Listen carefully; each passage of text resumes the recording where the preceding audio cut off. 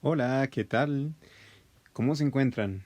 Espero que esté todo bien y bienvenidos al primero de una serie de videos que espero que les ayude a comprender algunos conceptos de matemáticas. Recuerden que no es la única manera de aprender, es decir, aunque les ponga un video y tengan ejercicios y preguntas en Edpuzzle, de todas maneras vamos a tener sesiones en vivo para que trabajemos dudas y de cosas que no se pueden aprender de manera estática con los videos. Entonces no se preocupen, pongan la mayor atención posible a este video y yo creo que les va a ir muy bien. Pues bueno, este video se titula Recolección y organización de datos univariados y vamos a trabajar estos 4 temas que tenemos aquí. Los tipos de datos, las medidas de la tendencia central, los datos aislados y las medidas de dispersión. Aquí les he incluido una foto de una de mis aves favoritas, es una ave acuática, y le daré un chocolate a quien me diga qué especie es. Muy bien, comenzamos entonces. Primero, tenemos que definir qué son los datos univariados, porque vamos a trabajar en esta unidad al principio solo con univariados y después trabajaremos con bivariados. Entonces, los univariados son los que tienen solo una variable. Vaya, mind blown. Entonces ahorita vamos a trabajar con una sola variable. Y los datos se dividen en dos tipos, los cualitativos y los cuantitativos. Los cualitativos son aquellos que no son números. Por ejemplo, el color favorito, eso se llama una variable nominal. Eso lo trabajaremos después, porque es SH este tema. La posición en una empresa, por ejemplo, gerente, subgerente, director, subdirector, presidente, vicepresidente, todo eso es una variable cualitativa y se le conoce como ordinal, porque tiene una jerarquía, así como los militares también. Luego, los datos cuantitativos, estos son números, y pueden ser discretos o continuos. Los datos discretos son aquellos que se pueden contar o que solo pueden tomar ciertos valores. Por ejemplo, las personas que viven en una casa, pues nada más sabemos si hay 0 personas, 1, 2, 3, pero no puede haber media persona, ¿no? Tenemos que contar a las personas. Los asientos que están ocupados en una sala de cine, el tamaño de calzado, porque aunque si bien hay varias medidas, por ejemplo, en las medidas mexicanas, pues puedes calzar del 8, del 8 y medio o del 9, pero no hay manera que calces una medida intermedia entre 8 y 8 y medio. Entonces por eso también es un dato discreto. Y pues bueno, tenía que poner un ejemplo químico, los electrones en un orbital. ¿Se acuerdan que solo caben 2, 8, 18, 32, etcétera? Pues bueno, eso es discreto. Los datos continuos son aquellos que se pueden medir, por ejemplo la estatura, el peso, la longitud y el tiempo. Ahora, ha llegado el momento de hacer un pequeño ejercicio, así que en Edpuzzle ahorita se va a parar el video después de que dé la instrucción. La instrucción es que clasifiques los siguientes conjuntos de datos como discretos o continuos.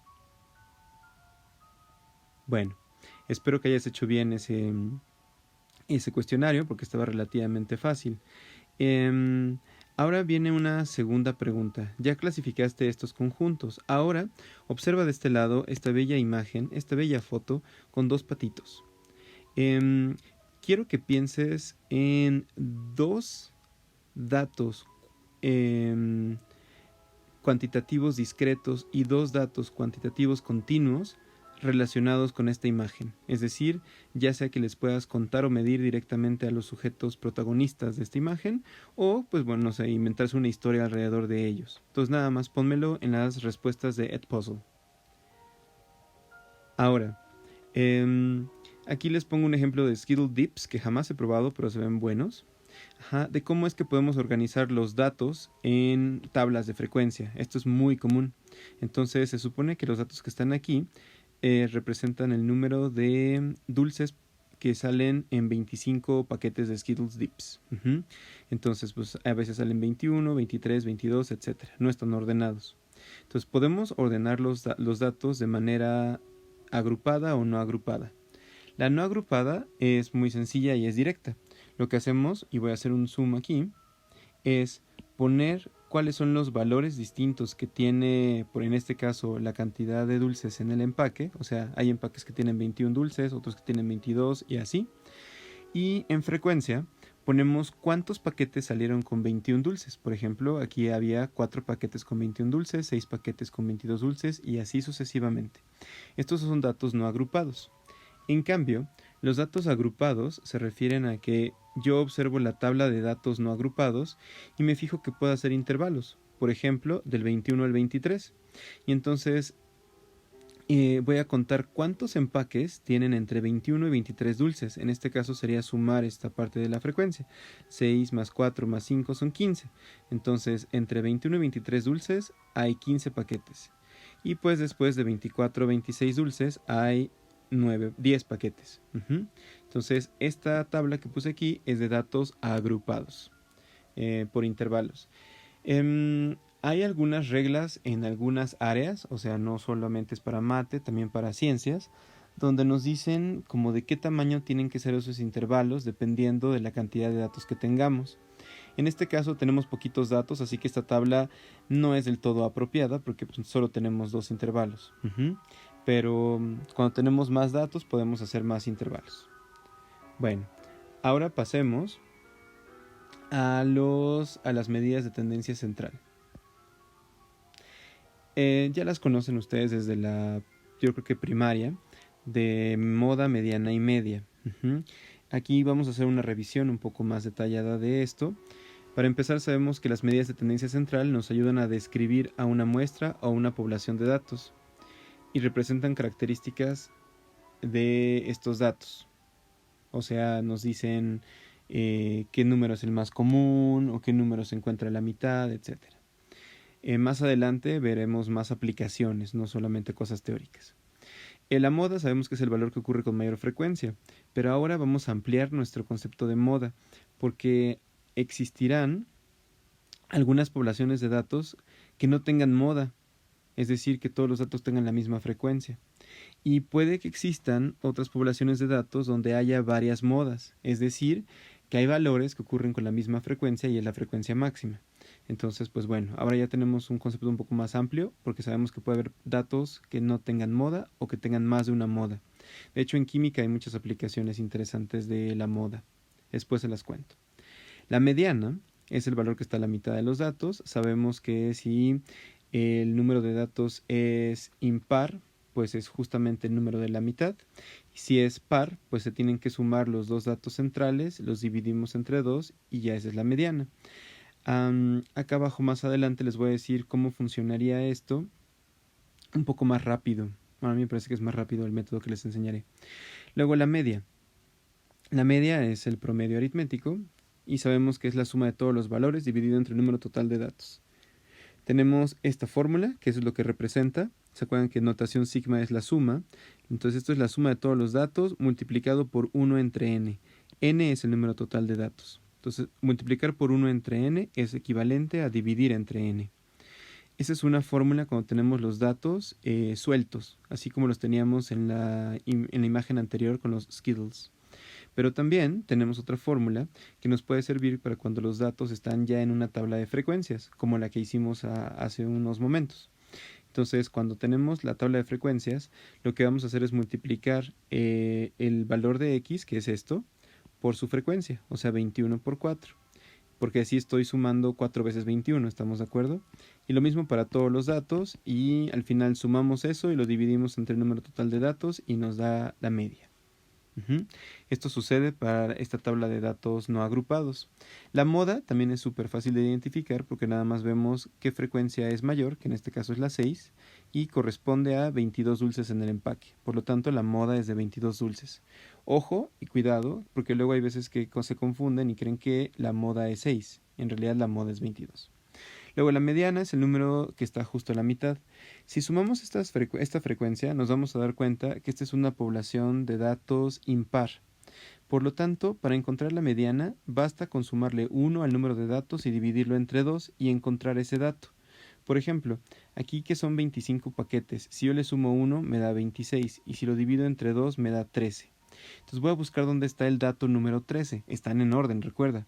Entonces aquí hay 4 datos, aquí el 6, entonces ya llevamos 10 datos. Entonces el dato número 13 se encuentra en el siguiente renglón. Por lo tanto, la mediana es de 23 dulces. Esto es porque es una población impar. Aquí en datos agrupados les puse una población par para que veamos cómo se modifica. Bueno, cuando los datos son agrupados, la moda, en lugar de ser moda, se le conoce como clase modal. porque estos intervalos también se les llama clases. Entonces la clase modal de nuevo es la que tiene la frecuencia más alta, que en este caso es la frecuencia 12, corresponde a la clase modal de altura de horas, perdón, entre 4 y 5.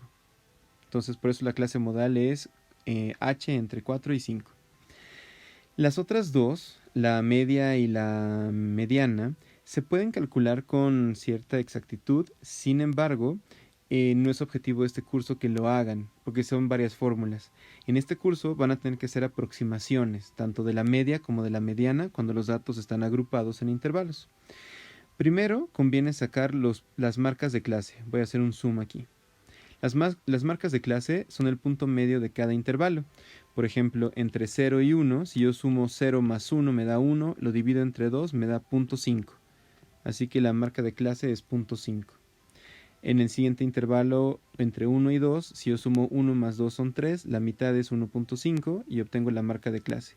Así me voy con todo. Entonces, si yo multiplico la marca de clase por la frecuencia de cada uno y lo sumo y lo divido entre el total de datos, pues obtengo otra vez la media, que en este caso es 6 aproximadamente. Y para encontrar la mediana, hago algo similar que lo que hice en la otra tabla. En este caso, si yo sumo el total de datos, me va a dar un número par, que es 40. Y entonces, aquí les puse que el dato n medios, o sea, justo a la mitad, 40 entre 2 es 20. El dato número 20 está en el intervalo de 3 a 4, que está aquí. Lo sé porque yo sumo 3 más 8, 11, más 7, 18, más 10 son 28. O sea que aquí viven entre el 19 hasta el 28 datos. Entonces aquí está. Luego me fijo dónde vive el dato n más 1 entre 2 que habíamos usado en la tabla anterior.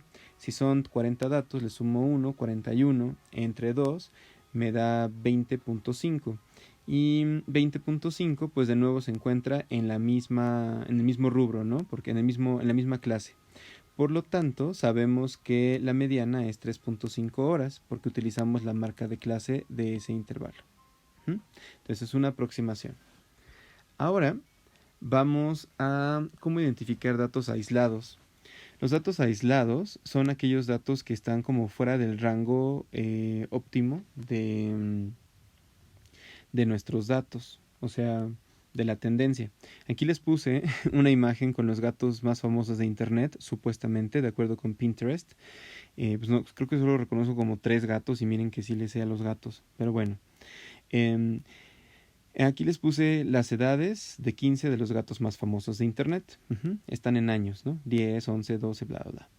Mediana, media y moda, creo que está bastante sencillo de sacar, no voy a ahondar en eso, nada más revisemos rápidamente. La moda es 12 porque se repite 4 veces y es el que más se repite. La media, sumo todo y lo divido entre 15, me da 13.6.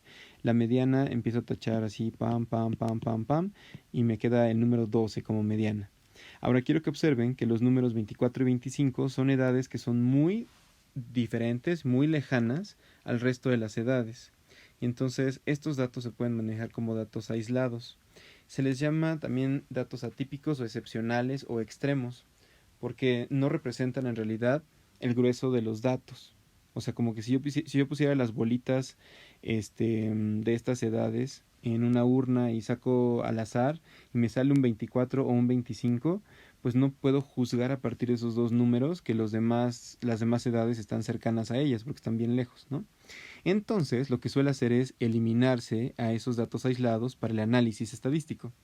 Obviamente no se elimina aleatoriamente, porque ¿cómo sé? O sea, ¿cómo sé qué tan lejos están, no? O sea, ¿cómo sé que de 14 a 24 es mucho? ¿Cómo sé, por ejemplo, si tuviera un 18, también lo consideraría aislado o no? Pues bueno, hay un criterio que se llama RIC. Bueno, no se llama RIC, perdón. Es un criterio que tiene que ver con RIC, que es el rango intercuartil. Y entonces si un dato está 1.5 veces el RIC por debajo del cuartil 1 o por arriba del cuartil 3, lo consideramos como dato aislado. Esto lo veremos más adelante en otro video. De momento no se preocupen, solamente sepan que no es aleatoria o arbitraria la decisión de si un dato es aislado o no. Aquí les hice un resumen del efecto de los datos aislados, porque fíjense, recalculé las medidas de tendencia central para los datos, quitándoles esos datos aislados que están muy grandes. Y chequen, La mediana sigue siendo 12, o sea, no cambió. El promedio o la media cambió de ser 13.6 a 11.9. Noten que ahora ya se parece más a la mediana y a la moda. O sea, ya tiene más sentido. Y la moda, que eran 12 años, se mantuvo como moda. Este cuadrito que me encontré en internet lo resume súper bonito, porque les da un ejemplo y después les dice cuáles son las respuestas, qué sucedió para cada cosa. Por ejemplo, si le quito los aislados a la media, aumenta o disminuye. O sea, en este caso en particular aumentó, pero en nuestro caso disminuyó. En pocas palabras, cambia, ¿no? Entonces la media es el dato que más cambia cuando quitamos los datos aislados.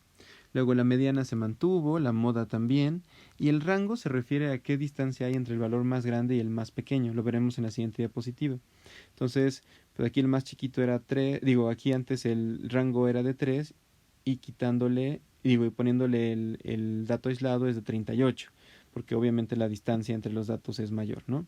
Entonces también aumenta, ese sí siempre aumenta el rango si dejamos el dato aislado. Bueno, esto fue para los datos aislados. Y ahora, las medidas de dispersión. Aquí les puse para trabajar estos medidas de dispersión dos ejemplos de dos escuelas. Estos son puntajes de algo, no importa de qué, pero son puntajes de algo. Entonces quiero que observen las gráficas. Aquí me dice el puntaje de 0 a 4, las dos tienen la misma escala. Y el número de puntitos que veo aquí es el número de estudiantes que obtuvo ese puntaje. Observamos que en la escuela A la mayoría de los puntos están arriba de 2. Y en la escuela B no hay una mayoría de puntos porque están todos dispersos. Hay puntos desde 0 hasta 4. Entonces se dice que esta población de datos es menos dispersa que esta población de datos.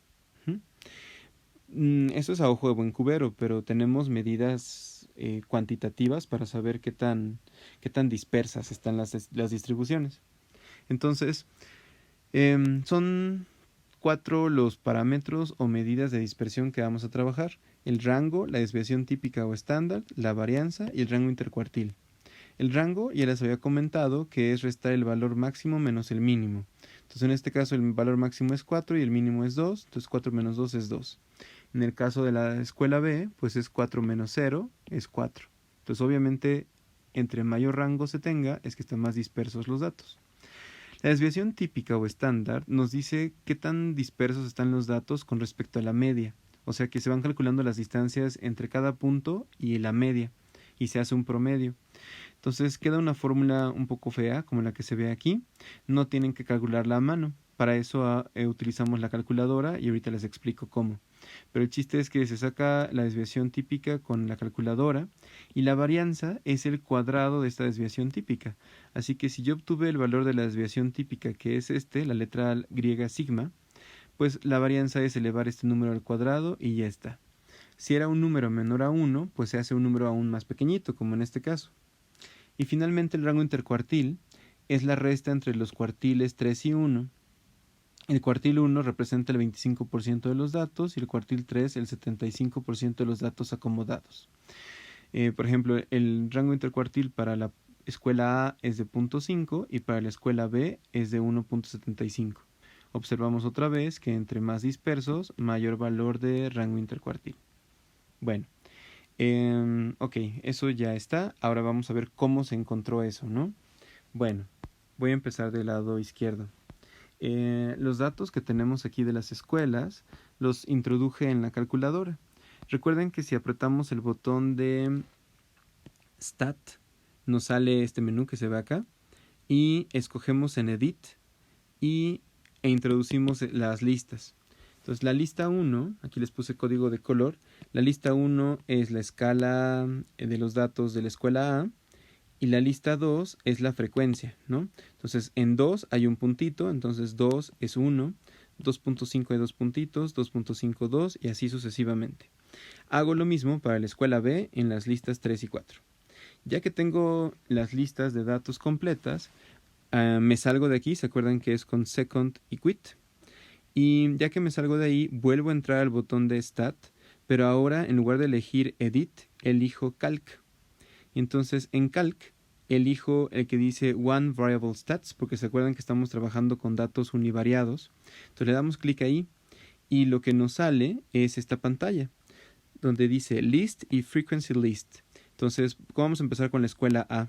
Entonces, en la escuela A sabíamos que la lista L1 representaba los datos de los puntajes y L2 representaba las frecuencias, ¿no? De qué tan frecuentes eran esos puntajes. Entonces, bueno, ponemos L1 y L2.